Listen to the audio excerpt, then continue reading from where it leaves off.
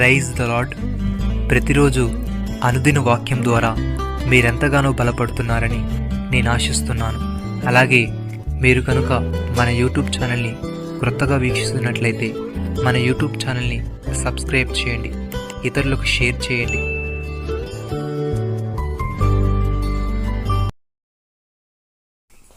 అపాయము రాగా భక్తిహీనుడు నశించును, మరణకాలమందు నీతిమంతునికి ఆశ్రయము కలదు. సామెతల గ్రంథము 14వ అధ్యాయము 32వ వచనము. ప్రియమైన సహోదరి సహోదరులారా, నిర్దోషులను కనిపెట్టుము, యథార్థవంతులను చూడుము. సమాధానపరచు వారి సంతతి నిలుచును గాని ఒక్కడైనను నిలవకుండా అపరాధులు నశించెదరు. భక్తిహీనుల సంతతి నిర్మూలమగును. యెహోవాయే నీతిమంతులకు రక్షణాధారము. బాధ కలుగునప్పుడు ఆయనే వారికి ఆశ్రయదుర్గము. యెహోవా వారికి సహాయుడై వారిని రక్షించును.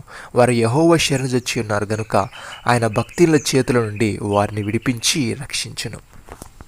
కీర్తనకారుడు ఈ విధంగా అంటున్నాడు: యెహోవా నా కాపరి, నాకు లేమి కలుగదు. పచ్చిక గల చోట్లను ఆయన నన్ను పరుండజేయుచున్నాడు. శాంతికరమైన జలముల యొద్ద నన్ను నడిపించుచున్నాడు. నా ప్రాణమునకు ఆయన సేద తీర్చుచున్నాడు. తన నామమును బట్టి నీతి మార్గములలో నన్ను నడిపించుచున్నాడు. గాఢాంధకారపు లోయలో నేను సంచరించినను ఏ అపాయమునకు భయపడను. నీవు నాకు తోడయ్యుందువు. నీ దుడ్డు కర్రయు నీ దండమును నన్ను ఆదరించును. నా శత్రువుల ఎదుట నీవు నాకు భోజనము సిద్ధపరచుదువు. నూనెతో నా తల అంటియున్నావు. నా గిన్నె నిండి పొర్లుచున్నది. నేను బ్రతుకు దినములనియు కృపాక్షేమములే నా వెంట వచ్చును. చిరకాలము యెహోవా మందిరంలో నేను నివాసము చేసేదను. సహోదరి సహోదరులారా, యెహోవా నామము బలమైన దుర్గము. నీతిమంతుడు అందులోనికి పరుగెత్తి సురక్షితముగా నుండును. ధనవంతునికి వాని ఆశ్రయపట్టణము, వాని దృష్టికి అది ఎత్తైన ప్రాకారము. ఆపత్తు రాకమునుపు నరుని హృదయము అతిశయపడును, ఘనతకు ముందు వినయముండును. పౌలు భక్తుడి విధంగా అంటున్నాడు: సహోదరులారా, ఆసియాలో మాకు తటస్థించిన శ్రమను గూర్చి మీకు తెలియకుండుట మాకిష్టం లేదు. అదేదనగా మేం బ్రతుకుదుమన్న నమ్మకం లేక ఉండినట్లుగా మా శక్తికి మించిన అత్యధిక భారం వలన కృంగిపోతిమి. మరియు మృతులను లేపు దేవుని ఎందే గాని మా ఎందే మేము నమ్మకించుకుంటున్నట్లు మరణమగుదుమని నిశ్చయముగా మా మటుక్క మాకు కలిగెను. ఆయన అతి గొప్ప మరణము నుండి మమ్మల్ని తప్పించెను, ఇక ముందుకును తప్పించెను. మరియు మా కొరకు ప్రార్థన చేయటం వలన మీరు కూడా సహాయం చేయుచుండగా ఆయన ఇంకా ముందుకు మమ్మల్ని తప్పించునని ఆయన యందు నిరీక్షణ గల వారమై ఉన్నాము.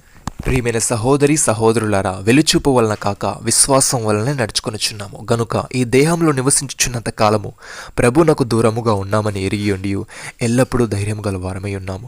ఇట్లు ధైర్యము కలిగి ఈ దేహమును విడిచిపెట్టి ప్రభునొద్ద నివసించుటకు ఇష్టపడుచున్నాము. కావున దేహమందునను దేహమును విడిచినను ఆయనకిష్టమై ఉండవలని మిగులు ఆపేక్షించుచున్నాము. ఎందుకనగా తాను జరిగించిన క్రియలు చొప్పున అవి మంచివైనను సరే చెడ్డవైనను సరే దేహంతో జరిగించిన వాటి ఫలమును ప్రతివాడును పొందినట్లు మనమందరమును క్రీస్తు న్యాయము పీఠ ఎదుట ప్రత్యక్షము కావాలను. నమ్మిన వారు నాతో కలిసి ప్రార్థనలో ఏకీభవించండి. మమ్మల్ని మిక్కిలిగా ప్రేమిస్తున్న మా ప్రియ పరలోకపు తండ్రి, అపాయము రాగా భక్తినుడు నశించునని మరణకాలమందు నీతిమంతునికి ఆశ్రయము కలదని నువ్వు తెలియజేశావు. తండ్రి, నీకు స్తోత్రములు. దేవా, మేము భక్తిహీనులుగా ఉండకుండా నీతిగా జీవిస్తూ నీ రెక్కల నీడను శరణజొచ్చే వారముగా ఉండుటకు సహాయము దయచేయమని,